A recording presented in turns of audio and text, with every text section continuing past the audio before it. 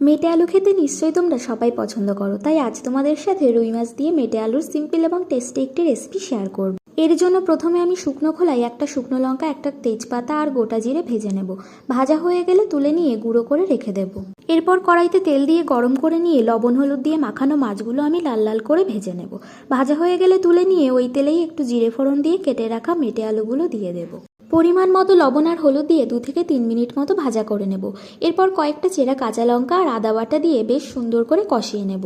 মেটে আলুর এই রান্নাটা আমার খুবই ভালো লাগে, তোমরাও করে দেখো, ভালো লাগবে। কষানো হয়ে গেলে পরিমাণ মতো জল দিয়ে মিডিয়াম ফ্লেমে 5 থেকে 6 মিনিট মতো ঢাকা দিয়ে রাখবো, তাহলে আলুগুলো ভালোভাবে সিদ্ধ হয়ে যাবে। ঢাকনা তুলে ভেজে রাখা মাছগুলো দিয়ে 2 মিনিট মতো রান্না করে নেব।